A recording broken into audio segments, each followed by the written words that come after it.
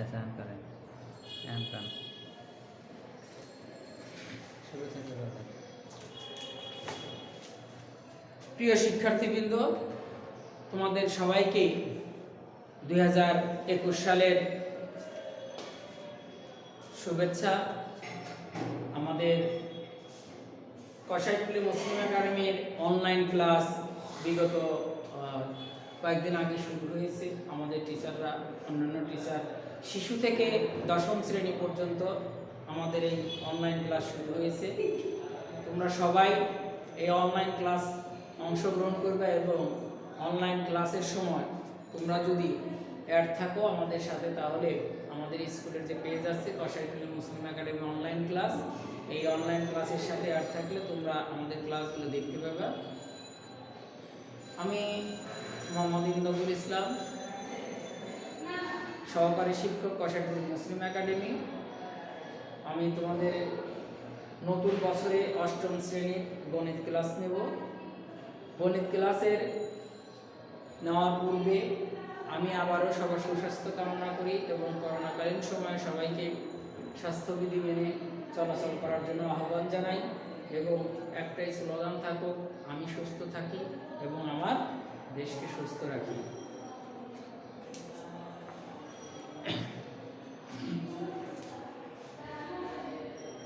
আমি এই প্রথম অধ্যায় গণিতের প্যাটার্ন সম্পর্কে তোমাদের কাছে ক্লাস 8-এর নতুন একটা বিষয়, যে প্যাটার্ন কি। প্যাটার্ন হলো কোনো কিছুকে নির্দিষ্ট নিয়মের মধ্যে পরিবর্তিত এবং সাজানোকে প্যাটার্ন বলে। যেমন যদি কোনো শিশুকে বলা হয় বা কোনো কাউকে কিছু বলা হয়, অনেকগুলো রং দিয়ে যদি বলা হয় এই রঙগুলোকে আলাদা করো, তাহলে সেটা একটা প্যাটার্ন। কোনো সংখ্যাকে সাজানো বললে সেটা একটা প্যাটার্ন। তারপরে তোমাকে যদি কোনো ব্লক দেওয়া হয়, বিভিন্ন রঙের ব্লককে আলাদা করা একটা প্যাটার্ন। বিভিন্নভাবে প্যাটার্নকে সংজ্ঞায়িত করা যায়। সেই প্যাটার্ন বিভিন্ন সংখ্যারও হতে পারে। যেহেতু আমরা গণিত ক্লাস, সেক্ষেত্রে সংখ্যা এবং জ্যামিতিক আকারের যে প্যাটার্নগুলো আসবে তোমাদের পরবর্তী ক্লাসে এগুলা আলোচনা করা হবে এবং সেগুলোর সমাধান কীভাবে প্যাটার্ন তৈরি করে এবং কীভাবে প্যাটার্ন হয় সেই ক্ষেত্রে তোমরা দেখতে পারবে। এখন দেখো যে প্যাটার্ন করতে গেলে সংখ্যার প্রয়োজন হয়। সেই সংখ্যা দিয়ে আমরা প্যাটার্ন শুরু করব। যে সংখ্যা সাজানোর একটা প্যাটার্ন, যেমন মনে করো 1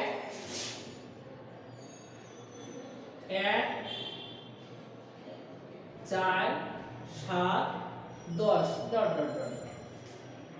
এটা একটা প্যাটার্ন। কেমন প্যাটার্ন? দেখো, এর একটা নিয়মের মধ্যে সাজানো আছে। 1 থেকে 4, এটাকে যদি আমরা প্রথম পদ মনে করি, এটাকে দ্বিতীয় পদ, তাহলে দ্বিতীয় পদ থেকে প্রথম পদ যদি বিয়োগ দিই, দেখো যে এটা হচ্ছে প্রথম পদ মনে করলাম, এটা হচ্ছে দ্বিতীয়, তাহলে দ্বিতীয় বিয়োগ প্রথম, তাহলে দ্বিতীয় বিয়োগ প্রথম রেজাল্টটা কি আসে? 4 বিয়োগ 1 সমান 3। তাহলে এটা হচ্ছে কি? পরপর দুইটি সংখ্যার পার্থক্য।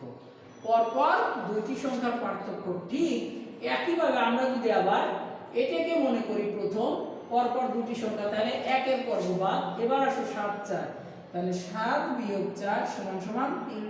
তাহলে এটাও একটা 3। তাহলে 10 থেকে 7 বিয়োগ করলে এটা 3।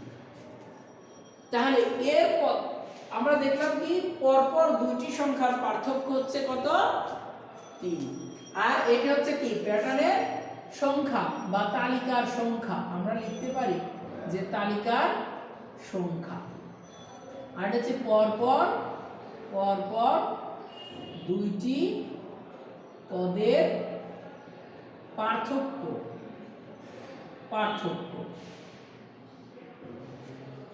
তাহলে পরপর দুইটি পদের পার্থক্য যদি একই রকম হয়, তাহলে সেক্ষেত্রে আমরা পরবর্তী পদ নির্ণয় করব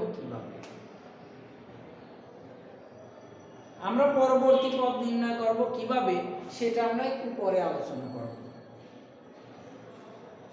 তাহলে এটা একটা 1 4 7 10 একটা প্যাটার্ন। কেন প্যাটার্ন? তাদের নির্দিষ্ট একটা কি আছে, নিয়মের মধ্যে একে সাজানো আছে। আমি যদি লিখতাম 1 4 6 7 8 10, তাহলে কিন্তু এটা একটা প্যাটার্ন না, এটা সাজানো না, এলোমেলো। কিন্তু প্যাটার্নটা হচ্ছে একটা নিয়মের মধ্যে একটা বিন্যাস সুশৃঙ্খলভাবে, সেটা হচ্ছে প্যাটার্ন। তাহলে এই দেখো 1 4 থেকে একবার দিলে 3, 6 থেকে 4 বার দিলে 2, 7 থেকে একবার দিলে 1, তাহলে এটা একটা প্যাটার্ন ছিল না। তাহলে এটা একটা আমরা জানলাম কি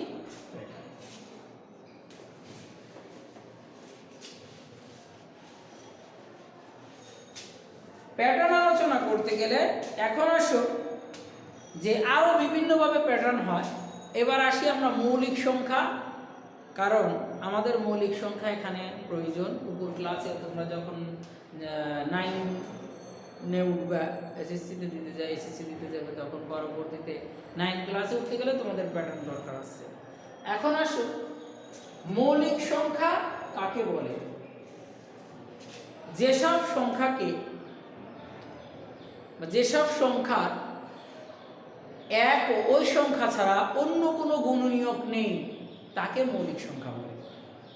দেখো আমি সংখ্যাটা লিখে দিই। মৌলিক সংখ্যা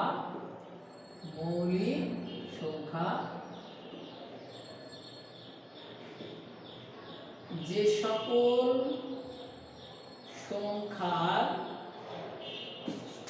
এক ও ওই সংখ্যা ছাড়া অন্য কোনো গুণনীয়ক থাকে না সেই সব সংখ্যাকে মৌলিক সংখ্যা বলে। মৌলিক সংখ্যা বলে। আমরা এই সংজ্ঞা দিয়ে মৌলিক সংখ্যাকে নির্ণয় করা আমাদের ক্ষেত্রে একটু জটিল হবে। কেন? এখানে বলছে যে সকল সংখ্যা ও ওই সংখ্যা ছাড়া অন্য কোনো, যে সকল সংখ্যার ওই সংখ্যা এক ও ওই সংখ্যা ছাড়া অন্য কোনো গুণনীয়ক থাকে না সেই সব সংখ্যাকে মৌলিক সংখ্যা বলে। প্রিয় শিক্ষার্থী দেখো, এখন কোন সংখ্যাগুলো মৌলিক সংখ্যা এবং কোন সংখ্যাগুলো মৌলিক সংখ্যা না, এইটা নির্ণয় করার আগে আমরা একের কথা আগে বিবেচনা করব। এক কেন মৌলিক সংখ্যার মধ্যে পড়ে না? এক হচ্ছে সকল সংখ্যার গুণনীয়ক। তুমি যদি 100কেও বলো 100 গুণন 1 সমান 100 হবে, যাকে 1 দিয়ে গুণ করবে সেই সংখ্যাই 100 হবে। কিন্তু এই 100 সংখ্যা 1 আছে, আবার 100কে ভাঙা যায় না 2 গুণন 50, তাহলে কত 100, তাহলে কয়টা গুণনীয়ক হলো? আবার দেখো 4 দিয়ে ভাঙা যায় না, 4 25 100, তাহলে কয়টা গুণনীয়ক হলো? একটা, দুটা, তিনটা, চারটা, পাঁচটা, তাহলে 5টা গুণনীয়ক হলো না? তাহলে দেখো এটা দিয়া কয়টা? 6টা গুণনীয়ক হলো। তাহলে 6টা গুণনীয়ক 100 কয়টা? 6টা গুণনীয়ক হইছে না? তাহলে কি 100 মৌলিক সংখ্যা? 100 মৌলিক সংখ্যা না।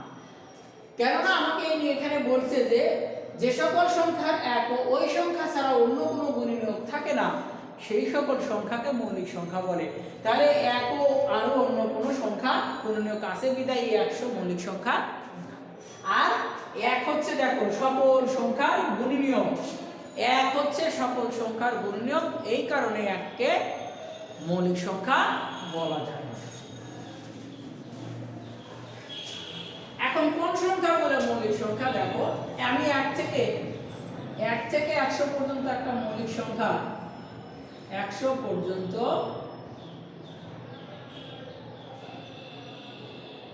মৌলিক সংখ্যা 25টি। এই 25টি মৌলিক সংখ্যা আমরা তোমাদেরকে বের করে দেখাবো। দেখো তাহলে একের পরে বড় কোন সংখ্যা? 2। তারপরে আসো 2 কে আর কোন সংখ্যা দিয়ে গুণ বা ভাগ করা যাবে? ভাগ করা যাবে 2 কে আর কোন সংখ্যা দিয়ে ভাগ করা যায় না। 2 এর এই 2 এবং 1 ছাড়া আর কোনো গুণনীয়ক নাই, আছে? নাই। এবার 3, 3 ও তাই। এবার 5, 5 কি কোন সংখ্যা দিয়ে ভাগ করা যায়? যায় না। তারপরে আসো 7, 7 কে কোন সংখ্যা দিয়ে ভাগ করা যায় না। তারপরে 11, 11 কে কোন সংখ্যা দিয়ে ভাগ করা যাবে না। তারপরে আসো 13, তারপরে কত? 17, তারপরে 19, তারপরে 23, তারপরে 29, 31,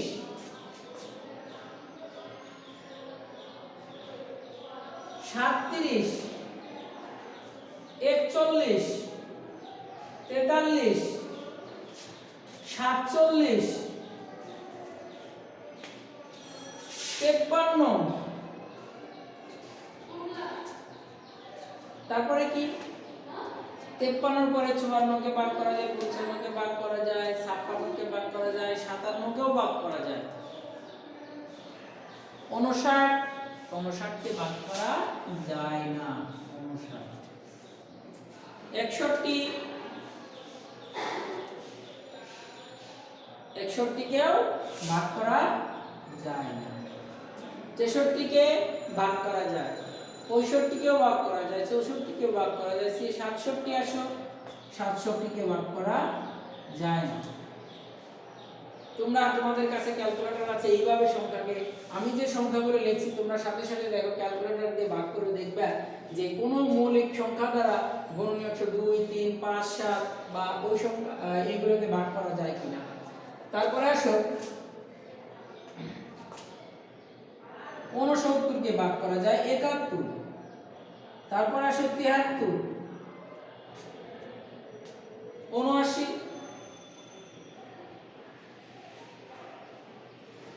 79 কেও ভাগ করা যায় না।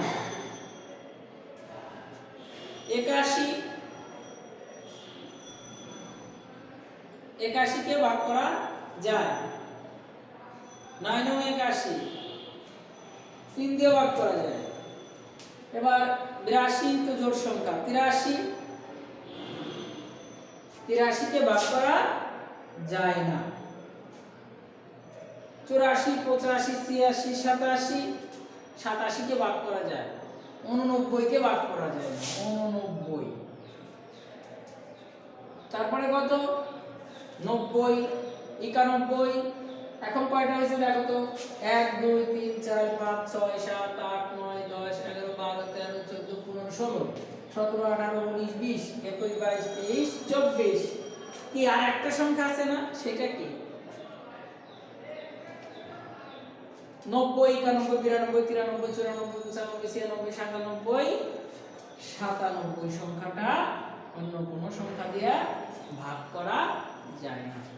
তাহলে এই যে আমি যে সংখ্যাগুলো লিখছি যে 1 থেকে 100 পর্যন্ত মৌলিক সংখ্যা কয়টা? 25টা। তাহলে তুমি দেখো এখানে 25টা যে মৌলিক সংখ্যা লিখছি সেই মৌলিক সংখ্যাগুলো এখানে আছে, যে এরাই আসলে 1 থেকে 25 পর্যন্ত 1 থেকে 100 পর্যন্ত 25টা মৌলিক সংখ্যা। এখন এই মৌলিক সংখ্যার মধ্যে সর্বোচ্চ মৌলিক সর্বনিম্ন মৌলিক সংখ্যা কোনটা?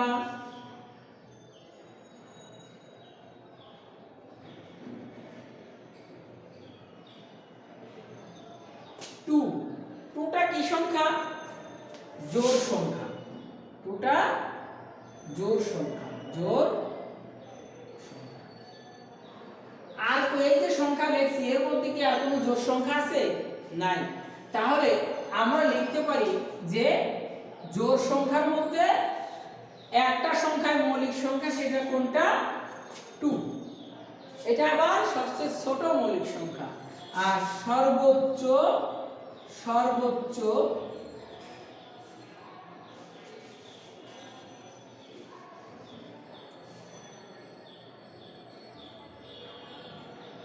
সবচেয়ে বড়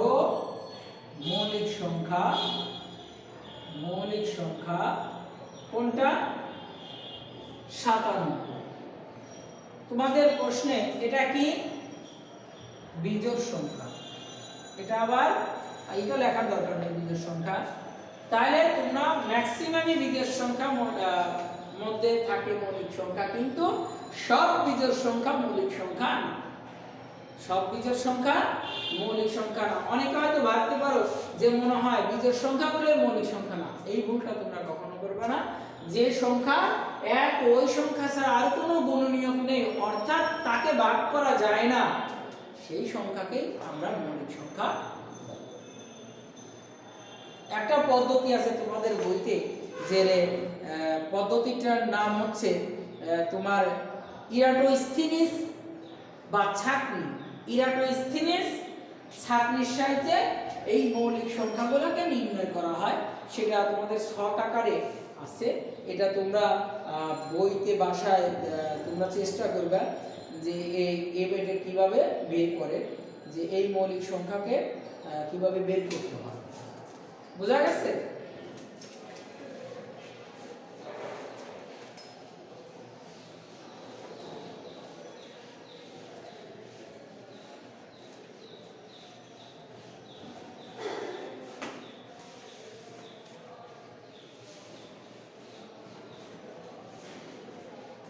আমি প্রথমে বলছিলাম প্যাটার্ন কিন্তু বিভিন্ন রকম ভাবে হয়। যেমন মনে করো একটা সংখ্যা লিখলাম 1,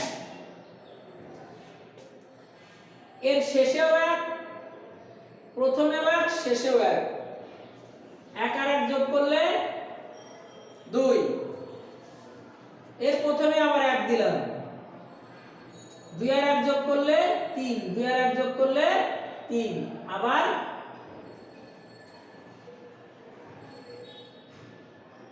এই 2 আর 1 যোগ করলে 3, আবার প্রথমে শেষে 1, আবার প্রথমে 1, 3 আর 1 যোগ করলে 4, 3 3 যোগ করলে কত? 2 আর 1 যোগ করলে 3, 2 আর 1 যোগ করলে 3, 1 আর 3 যোগ করলে 4, 3 3 যোগ করলে 6, আবার 3 আর 1 যোগ করলে 4, 1। তাহলে এইভাবে দেখো অনেকগুলো করা যায়। এটা একটা প্যাটার্ন। কি সেই প্যাটার্নের কি প্রথমে এবং শেষে কি আছে? 1 আছে। প্রথমে এবং শেষে 1 আছে। তাহলে আমাকে যদি বলা হয় যে কোন সংখ্যা প্রথমে 1 এবং শেষেও 1, বা কোন সংখ্যা যদি বলে যে প্রথমে 5 বা শেষে 0 আছে, সেটাও একটা প্যাটার্ন। সেটা কেমন? মনে করো 5 অক্ষে 5, 5 দুগুণ 10, 3 পাঁচা 15, 4 পাঁচে 20, 5 পাঁচা 25, 5 6 30, তারপরে তোমার 5 7 35, 5 8 40, 5 9 45, 5 10 50। কি বলছিলাম আমি? যেটা একটা প্যাটার্ন, যার প্রথমে 5 এবং শেষে 0। দেখো প্রথমে 5, আমরা এটা যদি প্রথমে 5 শেষে 0, 5 0 5 0 5 0 5 0, তাহলে এটা একটা প্যাটার্ন। এইভাবে প্যাটার্নকে বিভিন্নভাবে বিভিন্ন আঙ্গিকে সাজানো যায় এবং চিন্তা ভাবনা করে বলা যায় এবং বের করা যায়। এর একটা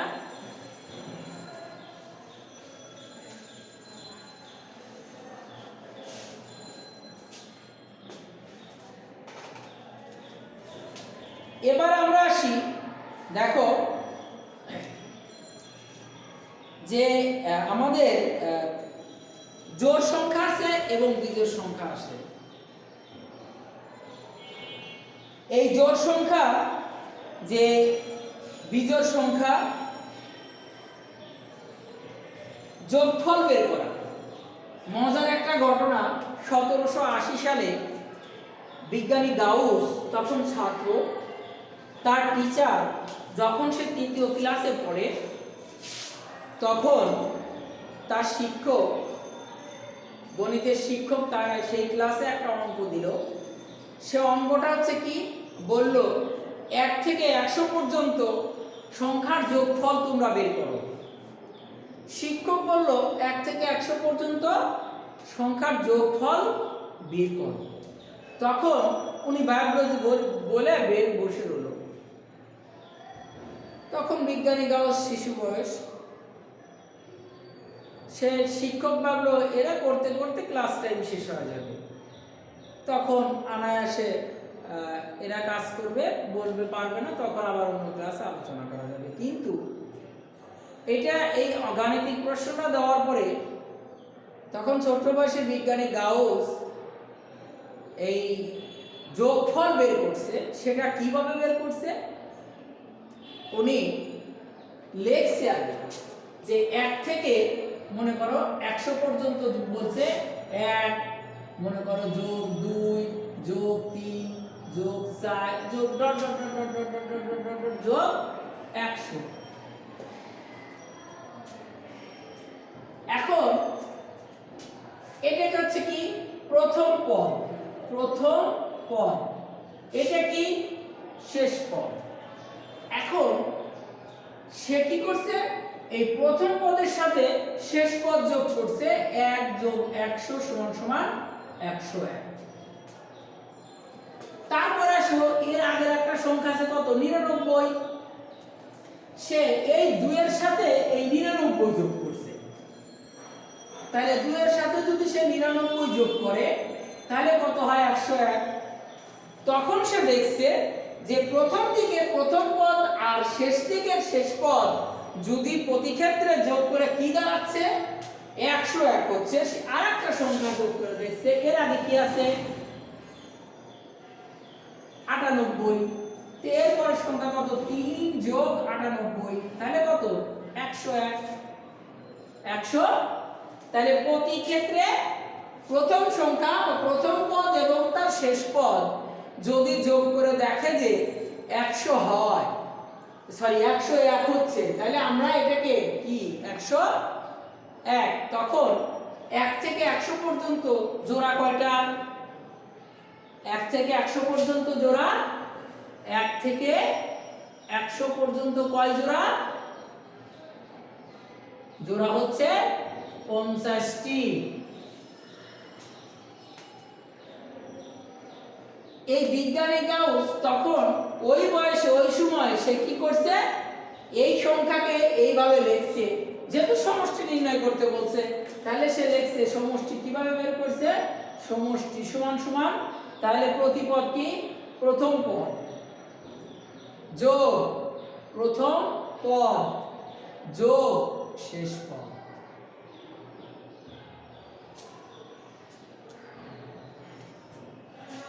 এটা আমরা একটু এইখানে লিখি যে প্রথম পদ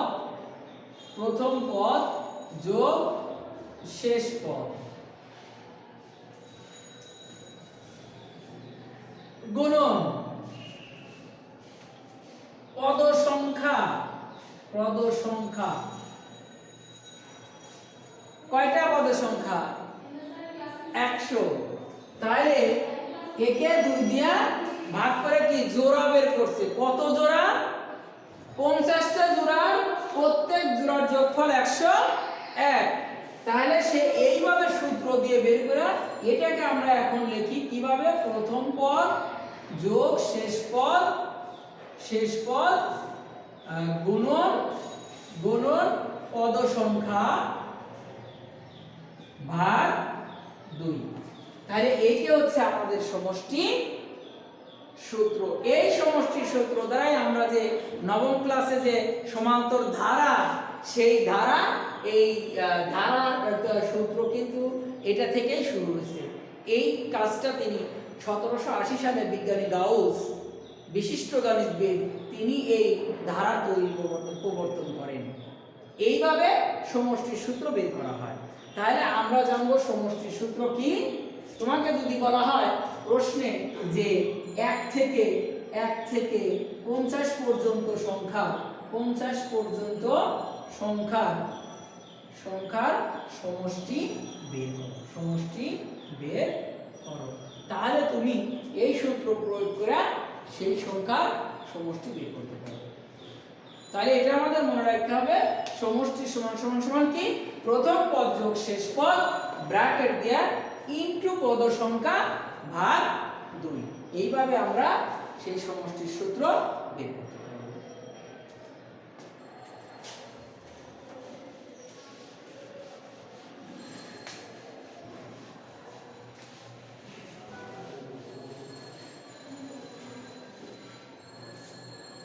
এখন আসো, আমাদের এই স্বাভাবিক সংখ্যার মধ্যে কি আছে, জোড় সংখ্যা আছে, বিজোড় সংখ্যা আছে।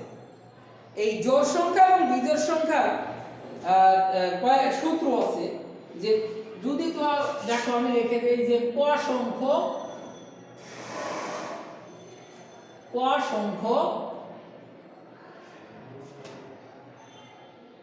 প্রথম স্বাভাবিক সংখ্যার স্বাভাবিক জোড় সংখ্যার সমষ্টি বা যোগফল কত, ক ইনটু ক যোগ 1। তাহলে আমরা যদি ক কে 100 ধরি, যে প্রথম থেকে যদি প্রথম স্বাভাবিক সংখ্যার জোড় সংখ্যা যদি 2 থেকে 30 পর্যন্ত ধরা হয়, তাহলে 30 ইনটু 30 যোগ 1, 31 গুণন কত 30, যত হবে তত হবে জোড় সংখ্যার সমষ্টি। তারপরে আসো 2 ক সংখ্যক প্রথম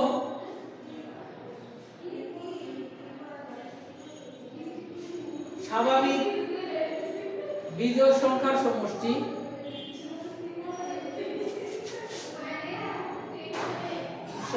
সমান সমান ক স্কয়ার। বিজোড় সংখ্যাকে তুমি স্কয়ার করলে সেই সংখ্যা যত হবে তত। এবার আমরা আসব, আমি আরেকটা জিনিস লিখে দেবো আজকে তোমাদেরকে, ম্যাজিক সংখ্যা। যে ক ক্রমের ম্যাজিক সংখ্যা সমান সমান ক ইনটু 1 প্লাস ক স্কয়ার ভাগ 2।